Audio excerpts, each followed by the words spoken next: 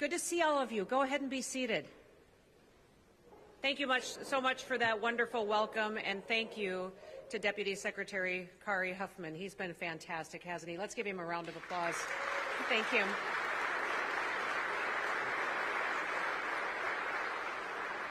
I had the chance to visit with him several times on the phone before I was actually sworn in, and we had candid conversations and visited. And when I got here, he handed me a binder full of papers, and he said, "I signed all of this. Hope you wanted me to." But I've enjoyed spending time with him and with all of you. Thank you for welcoming me so much. And I am so thrilled to be a part of the family at the United States Department of Homeland Security. Your mission is big and it's vast. And I know that you approach it with the seriousness of which the day and age that we live in requires. So just know that I am committed to fulfilling our mission with you and walking alongside all of you as you do your work every day to make sure that not only do you accomplish your job and do it with excellence, but that you have the assurance that your families will be safe also, and that we leave this country safe for our kids and our grandkids far into the future. Now, as Secretary, that's my responsibility, but it also is my responsibility to do everything that I can to give you the resources that you need to do your job. You need the training, you need the equipment and the resources to make sure you're prepared for every single situation you find yourself in. Now, my background and experience is in business. It's also in serving at the state legislative level. I served in Congress, and I also have served as governor. But that experience tells me that if you want people to perform with excellence, you have to equip and prepare them to do so.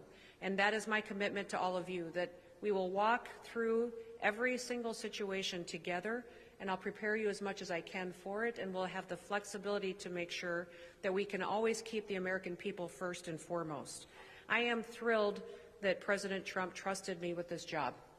And I'll tell all of you that the reason that he trusted me with this job is because when he talked to me about what my future looked like, I asked him for it. I said, I would like to be the Secretary of Homeland Security, sir, because it's your #1 priority. And I love my job as governor of South Dakota. I love my home and my family. I would not leave them to spend time away unless I was doing something of significance. That's the family I was raised in, that we talked every day about the fact that our work should matter and it should have a purpose, and we should be able to explain why we do what we do, and that it has something that we can show the next generation that really mattered for their future and for this country. So today, I'm hoping all of us will be a beacon of freedom, of light, and of hope, that when people look at us, they don't just see people who are there in a time of crisis or conflict, but we're also people that bring a smile to people's faces and remind them what America is about. You're on the front lines many times, but you're also sometimes the last ones in to help pick up the pieces. And you see people on their very worst days. But that is a presence that you can bring that will bring them comfort and stability in a time when their whole world seems to be shaken. Now, I grew up as a farmer and a rancher. I told this story to a few people the first day that I came into the office, that I grew up with a dad who was a cowboy.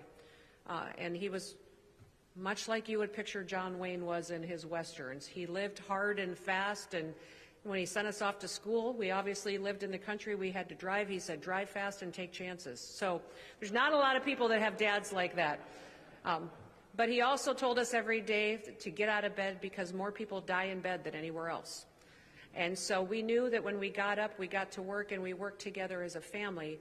But that also taught me a lot about how you need to live your example, and an example in front of the people that you lead of what you want them to do, but they also could respect you in the process of being in front of that organization.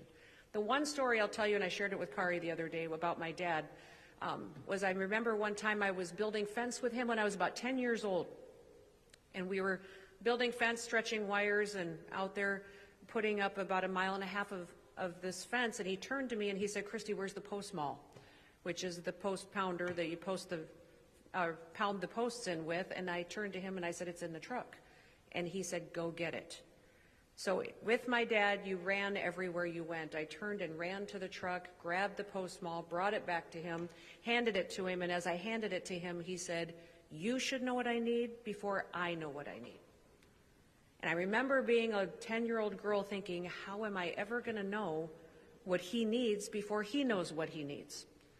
But what he was doing was teaching us to think ahead and to think 3 steps ahead of what he needed and have it ready and prepared for him so he could be more efficient, he could get more work done, and we could do a better job.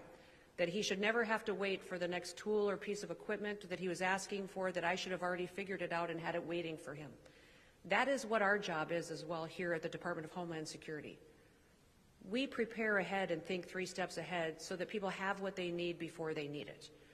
We have lots of stories and lots of experiences where we've responded beautifully or we've been there, provided safety and security investigation, protected communities, picked up the pieces after disasters, kept them safe as they flew, protected their cyber infrastructure. All of the agencies under this umbrella, the work that you do is excellent. And then we all remember times we maybe could have performed a little bit better. I will challenge you to think ahead and to think what people might need before they actually need it, how we can pre-deploy resources, how we can be more efficient, and how we can be more nimble to respond to the situations that we find ourselves in. We do have some challenges, and the world is a dangerous place. And we've got dangerous, evil foreign governments that want to take us down. We will be the first line of defense for anybody that's in the American homeland. We will do everything that we can to protect the American people. We have jurisdiction over people who live here, people who leave here, and people who come here. We have jurisdiction over products that come into this country and which ones leave. We have jurisdiction over our internet, what comes in, what goes out, what kind of business has. Virtually, I tell people we have jurisdiction over everything. And we will exercise all legal authorities that we have to protect this country because it is the only last light of freedom left. We woke up this morning more blessed than 99% of the people in this country because we woke up in the United States of America. We woke up in a country where we get to exercise our freedoms, and that responsibility has been laid at our feet, and I know that the people in this room and the people in this department are up to the challenge and up to the task. I will walk alongside you, support you, lead when we need it, but all the time be there to hopefully inspire you to know the kind of work that you do and how important it is for this day and age. So may God bless you, may God bless the United States of America, and may God keep us all safe. Thank you. Thank you for being here.